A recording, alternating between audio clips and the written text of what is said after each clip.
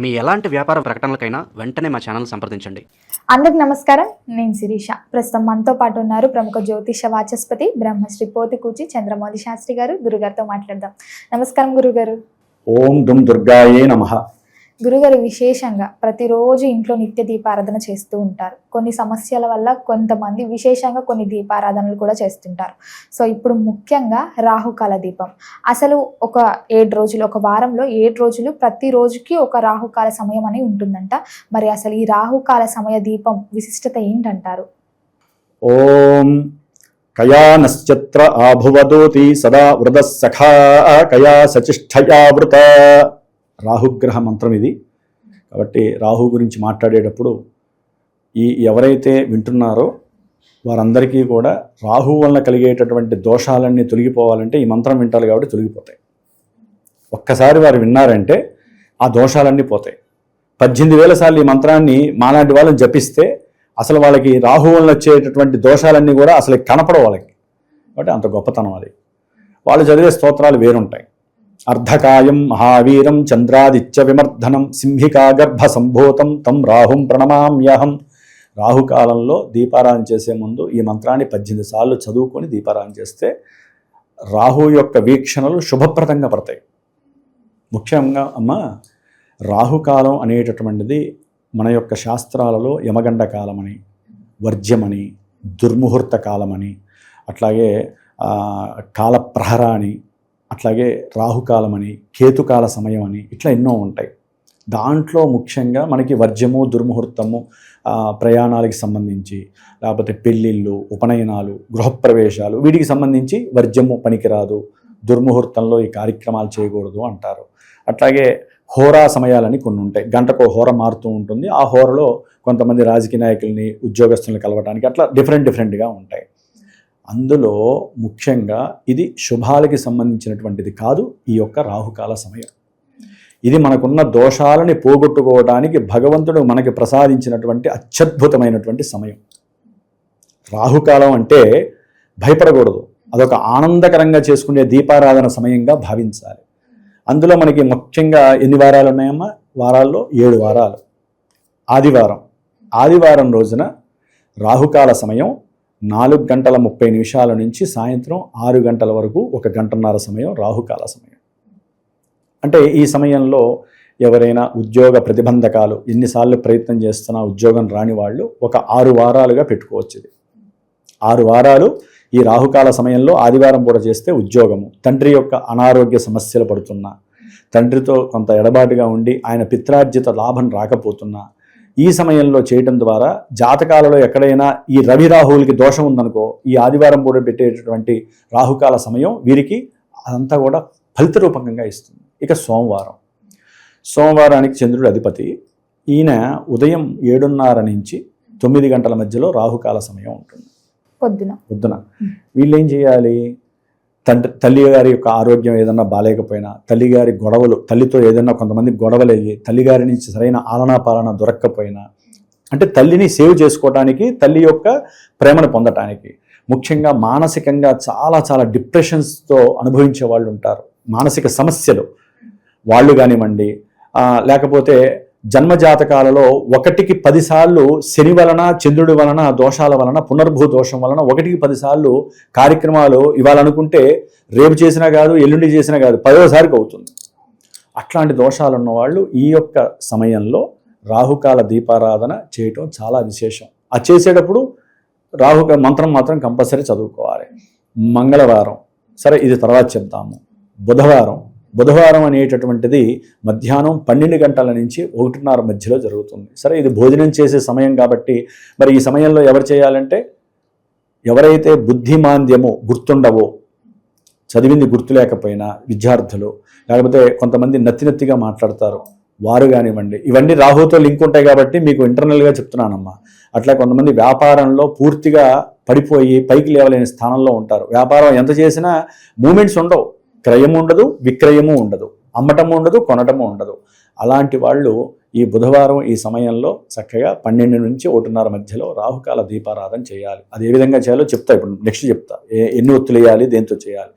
గురువారం మధ్యాహ్నం 1:30 నుంచి 3 గంటల మధ్యలో ఈ యొక్క గురువారం పూట సంతానం ఎవరైతే ఇబ్బంది పడుతున్నారో సంతానపరంగా ఏ సమస్య ఉన్నా సరే నివృత్తి, ఆర్థికంగా ధనలాభం కావాలన్నా, అట్లాగే గురువుల యొక్క అనుగ్రహం కొంతమందికి లభించదు. అంటే వీళ్ళు ఎంత చేసి హోంవర్క్ ఇచ్చినా గురువుల నుంచి వీరికి ఫీలింగ్స్ రావు, గురువు వీళ్ళని శభాష్ అండవు. అట్లాంటి వాళ్ళు కానీ, లేకపోతే గురుశాప దోషాలు అనేవి కొంతమంది ఏంటంటే తెలియకుండా అపరాధం చేసేస్తారు. గురువుల్ని తిట్టడము, గురువుల్ని వ్యంగ్యపరచడము, వేలెత్తి చూపించడము, గురువులతో ఆటకాయతనంగా ఉండటము, వీళ్ళందరూ ఏంటంటే ఆ దోష పరిహారార్థమై, ఎందుకంటే ఇక్కడ గురుచండాల దోషం అని ఉంటుంది జాతకంలో, ఆ గురువుకి రాహుకి దోషం వలన వీళ్ళకి శాపాలు అంటుతూ ఉంటాయి. వాళ్ళు ఏం చేయాలి?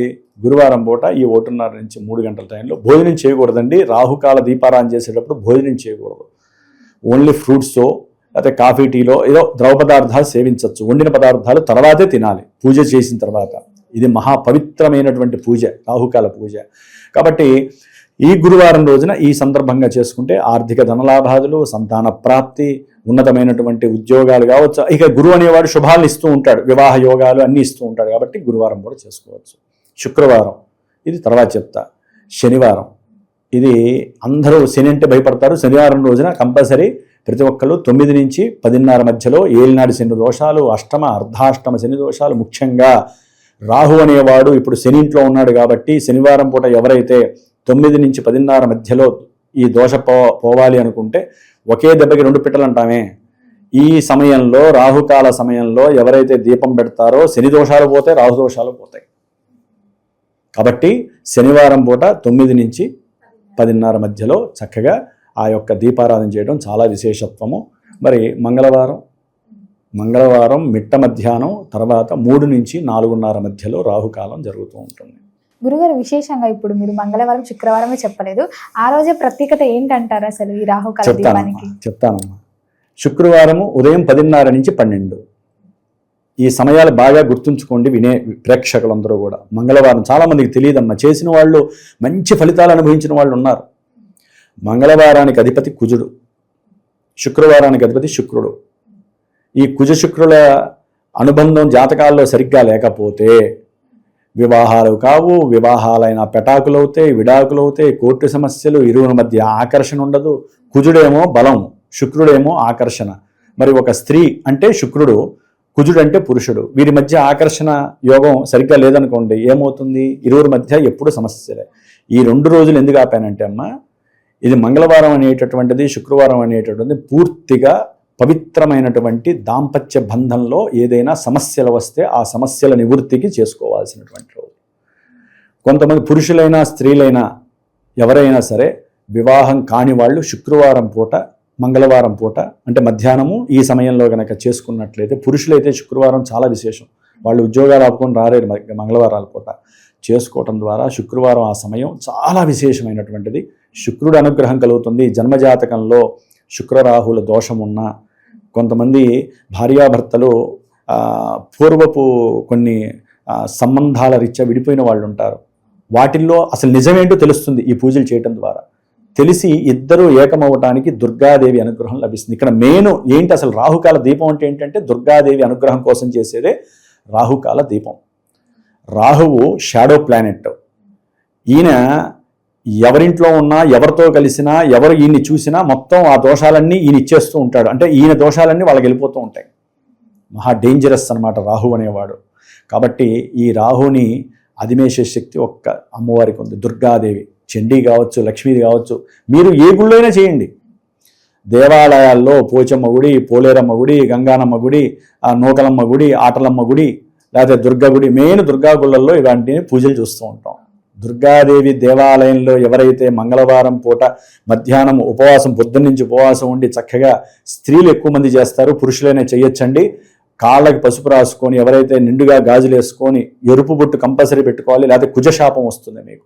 ఎరుపు బొట్టు పెట్టుకొని, బంగారపు ఆభరణాలు పెట్టుకొని, అమ్మవారి గుళ్ళో కూర్చొని, లేదా మీ ఇంట్లోనే సరే ఆ సమయంలో చక్కగా కూర్చొని ఒక నిమ్మకాయలు, ఒక 9 నిమ్మకాయలు తీసుకోవాలి. చాలామంది ఏంటంటే 4 నిమ్మకాయలు 5 నిమ్మకాయలు కోసేసి దాటిల్లోనే చేస్తారు.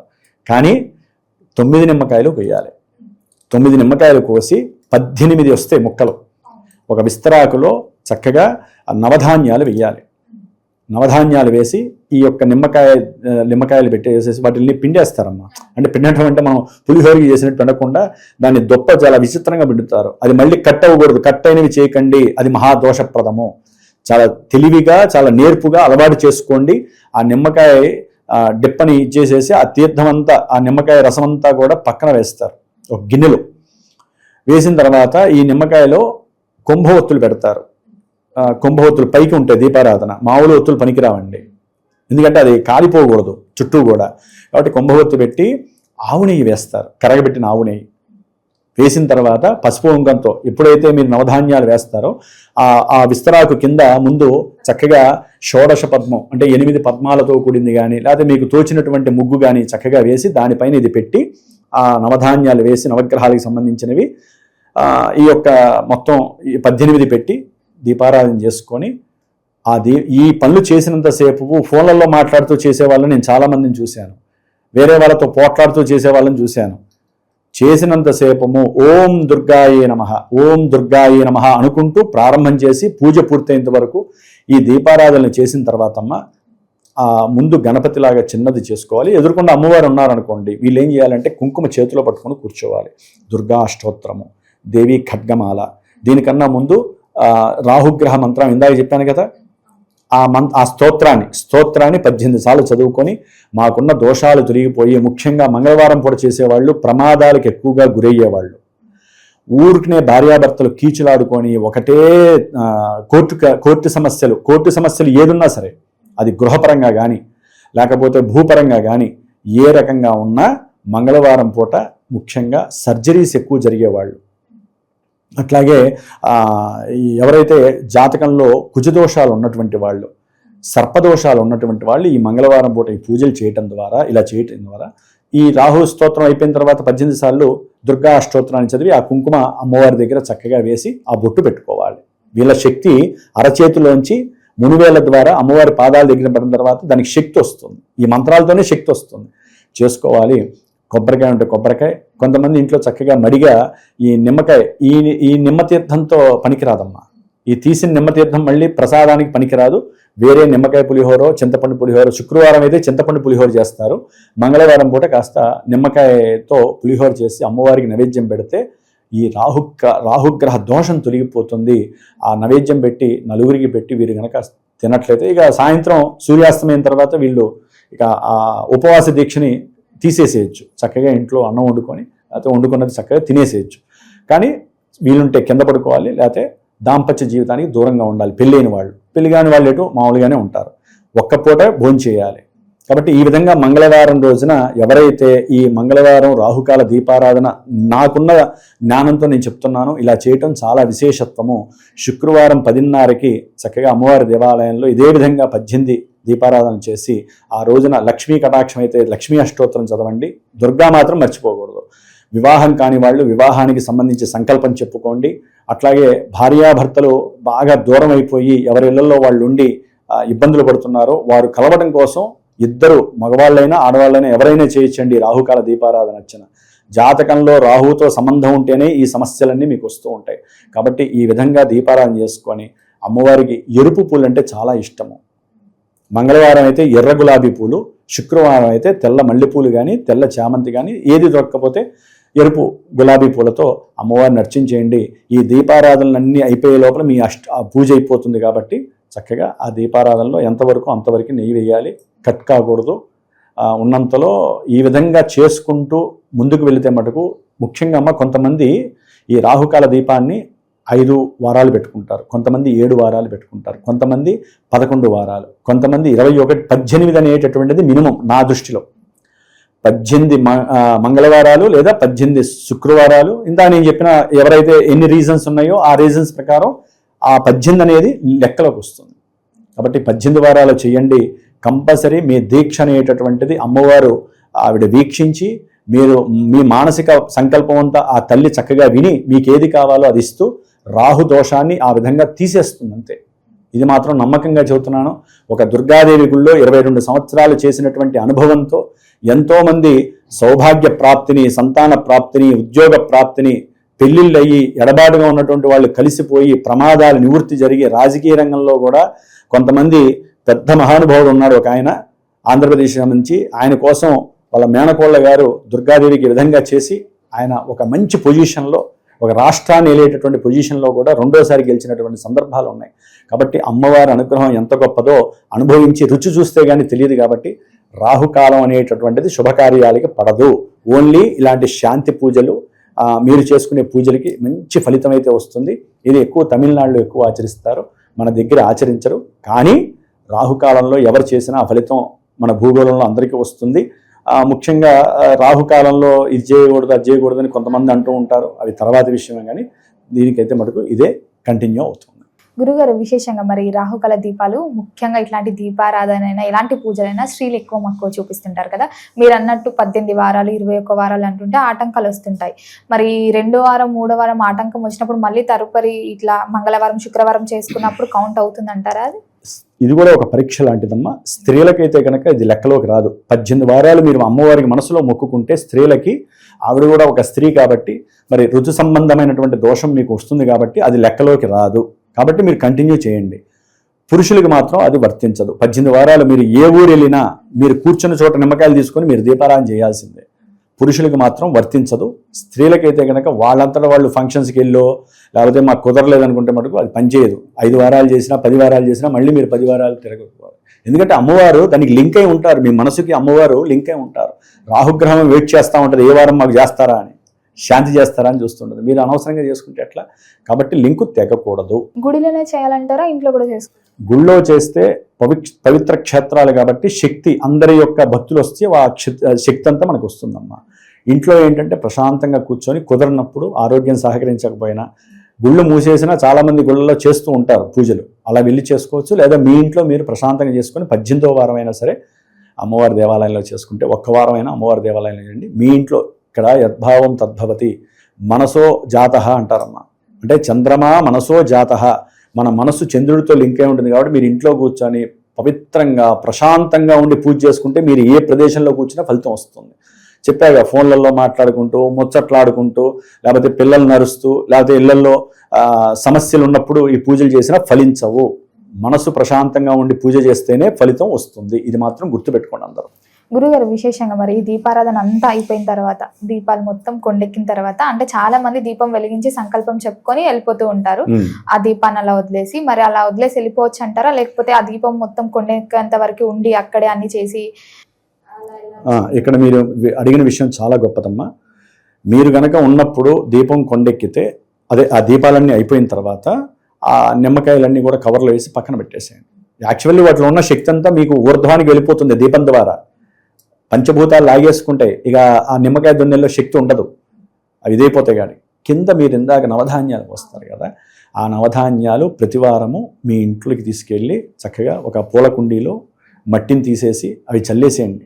మీ మనసంతా కూడా నవగ్రహాలకు చెప్పేసుకున్నారుగా, అవి మొలకలు వస్తాయి. ప్రతి వారము సోమవారం కానీ మంగళవారం ఉదయం పూట, మంగళవారం మీరు మట్టిని, మంగళవారానికి అధిష్టాన దేవత కుజుడు భూమిని సూచిస్తాడు కాబట్టి, భూదేవత కాబట్టి, ఆ మట్టిని తీసేసి నవధాన్యాలు జల్లేసి మీ మనసులో రోజు నీళ్లు జల్లండి. మళ్ళీ మంగళవారానికి చిన్న మొక్కలో పెద్ద మొక్కలు వస్తే అవి గోమాతకి తినిపించండి ఆ రోజున. ఇది కూడా చాలా మంచి విషయం అడిగారు. అప్పుడేంటి మీకు వేస్ట్ ఏమి ఉండదుగా అమ్మా. ఆ ఆకులు అంటారు, ఎవరో ఒకరు వాడుకుంటారు గుళ్ళల్లో, మీరు ఏది తెచ్చుకోకూడదు. ఇక కాబట్టి ఈ విధంగా చేసుకోండి. ఏది వృధా చేయకూడదు. మనకి అయిపోయింది కదా అని చెప్పి చెత్తకుప్పలో పారేయకూడదు. ఇవి ఇంకా ఉన్నాయి. మనం ఈ తీసిన పుష్పాలు, తులసి ఆకులు ఏం చేయాలో కూడా ఇంకో వీడియోలో మనం చెప్పుకుందాం. గురుగారు, మొత్తం మీద ఈ రాహుకాల దీపం గురించి ఎంతో చక్కగా తెలియజేసినందుకు ధన్యవాదాలు. ఓం శ్రీమాత్రే నమః.